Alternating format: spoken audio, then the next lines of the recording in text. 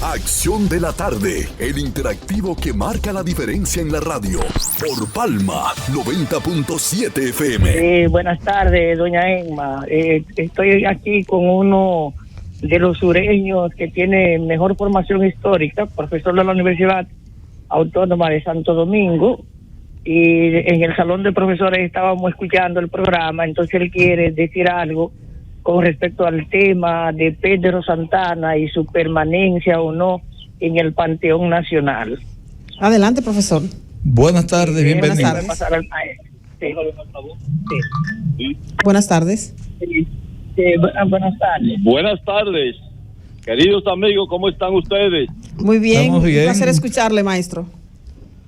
Bueno, el placer es para mí.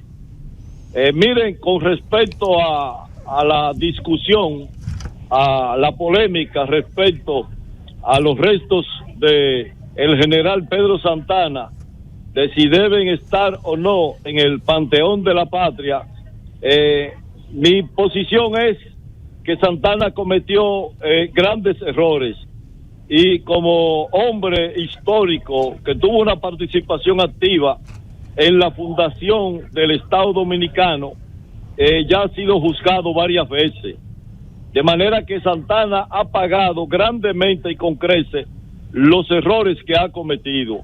Lo primero es que los rangos que tienen los padres de la patria en el continente, en Latinoamérica de manera específica, lo obtuvieron su rango, lo obtuvieron en el campo de batalla. Y Santana se ganó un lugar en el campo de batalla. Entonces cometió el error de anexar la República Dominicana a España, porque a Santana le faltaba visión histórica. Santana no tenía la proyección ni las luces intelectuales que tenían otros héroes latinoamericanos. Entonces por ese motivo anexó la anexión a España por falta de esa visión. Pedro Santana perfectamente pudo haber sido el padre de la patria. El hecho de que tengamos tres padres de la patria, una trilogía, fue para buscar el complemento que no tenía uno, la singularidad que tenía Pedro Santana, le faltaba a los otros. Entonces, por eso, en Juan Pablo Duarte, en Francisco del Rosario Sánchez, en Ramón Matías Mella, recogemos el ideal y recogemos a los hombres de acción, porque el hombre de acción de la guerra de independencia lo fue Pedro Santana. Entonces ya Santana perdió esa oportunidad, pero Santana necesariamente tiene que tener un lugar entre los hombres importantes que han hecho grandes aportes a la República Dominicana. Santana fue la espada principal en la lucha frente al Imperio Haitiano en la guerra de independencia de 1844 hasta 1861. Profesor, una preguntita. Cuando usted dice que Pedro Santana ha sido juzgado varias veces, usted también, entre esos juicios que se le han hecho, ¿usted cree que por eso no hay un monumento ni una calle en República Dominicana con el nombre de Pedro Santana como un castigo por su acción?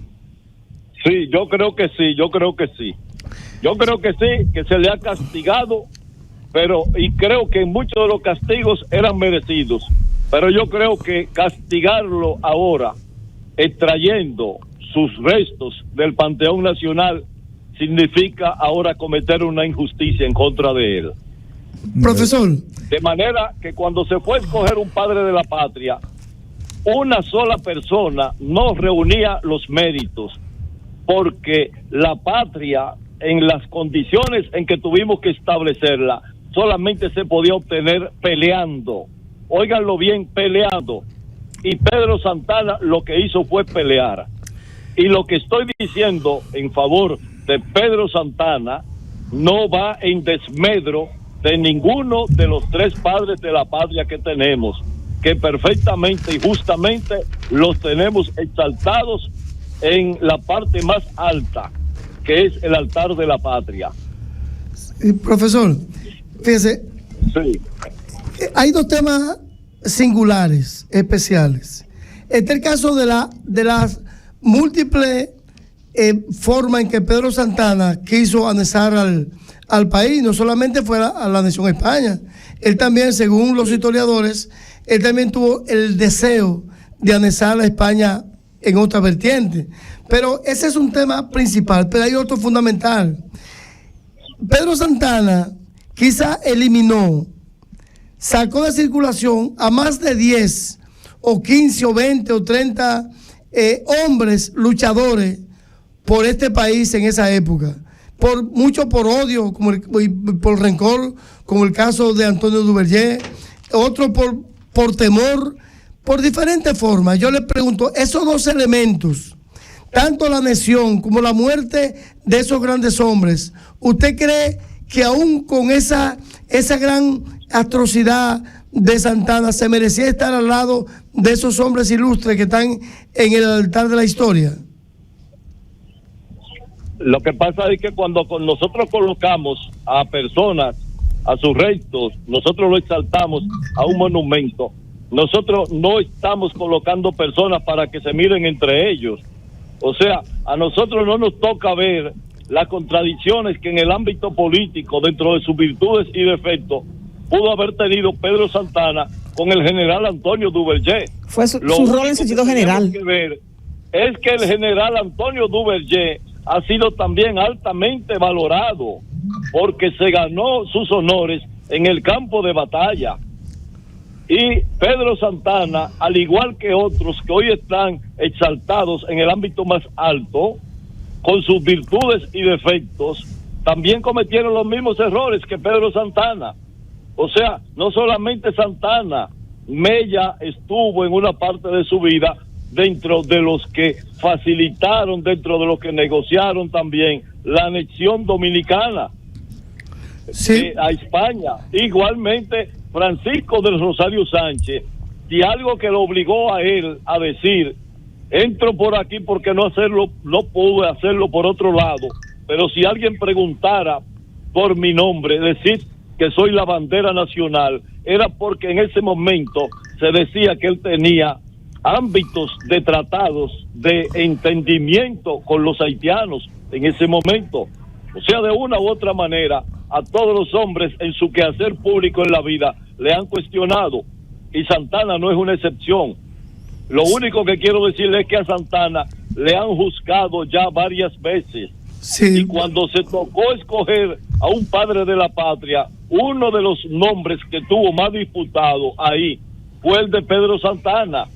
Y para contradecir, para aplastar, para negar la posibilidad de que pudiera ser Pedro Santana, porque todo el mundo decía que la patria, el espacio de la patria dominicana se tuvo necesariamente que obtener peleando, y quien encabezó casi todas las batallas principales tuvo de frente a Pedro Santana. Santana es el hombre que renuncia varias veces a la presidencia de la República para ponerse al frente del ejército, como lo hizo en el 1855, que le dejó la presidencia al vicepresidente Manuel de Regla y se colocó en Azua a la espera de la de la vanguardia que por un lado tenía al general Cabral en San Juan con la batalla de San Tomé, y por el otro lado tenía a Francisco Sosa con la batalla de Cambronal. O sea, en la retaguardia estaba Pedro Santana a espera de que ocurriera lo peor, porque nos estábamos enfrentando a ejércitos superpoderosos. Santana, cuando teníamos 2 semanas de proclamado el Estado, ya Santana estuvo encabezando la batalla del 19 de marzo. Apenas a 2 semanas, ya Santana estaba ahí enfrentando a 2 columnas superpoderosas, que sí, perfectamente, si no existe una resistencia de ese nivel, los haitianos iban a ahogar de nuevo la independencia. Que es ahí, en esa dimensión, que tenemos que ver a Pedro Santana. Sí, por la anexión a España y por los otros errores que cometió contra María Trinidad Sánchez, contra los hermanos Puello, contra Antonio Duvergé, Santana pagó altamente y pagó a un precio muy alto. Sí, una preguntita, profesor, una última preguntita. Cuando Lili Ceró fue, ¿verdad? Él era presidente cuando fueron exaltados al salón al Panteón, al padre de la patria, a los 3 próceres. Él fue que promovió ese debate. Él fue que lo promovió, pero ¿no cree usted que fue la incidencia de él totalmente que hizo que el dictador, que esos 3 hombres nombraran fueran los 3 padres de la patria y no un solo de ellos? No, ahí incidió mucho la participación del hijo de Francisco del Rosario Sánchez, Juan Francisco Sánchez, que era ministro de Interior. Juan Francisco Sánchez encabezó una manifestación en contra de que fuera proclamado padre de la patria Juan Pablo Duarte, por encima de las condiciones que él decía que tenía su hijo, su padre, perdón. O sea, esos fueron parte de los debates, porque una de las figuras que fueron más cuestionadas ahí, sin embargo, se valora de él su idealismo, su entrega, su estratega, el hecho de que puso a su disposición todos sus bienes en favor de la patria, fue de Juan Pablo Duarte. Pero usted sabe que los altares no se pueden mover mucho, porque cada vez que usted mueve un altar, algún santo se cae. Entonces, a todos los santos que tenemos en ese altar, tenemos que preservarlo. Entonces, para preservar a algunos que son de nuestro agrado, tenemos que tratar de que estén ahí otros que no son de nuestro agrado. Bueno.